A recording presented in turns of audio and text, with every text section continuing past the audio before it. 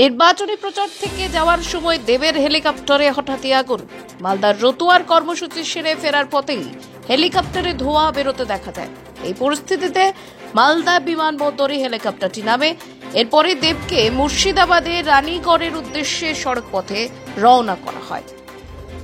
আজকে আমাদের দেববাবুর প্রোগ্রাম ছিল আমাদের রতুয়া বিধানসভা কেন্দ্রে। তিনি 12টার সময় সেখানে প্রোগ্রাম শুরু করেছিলেন।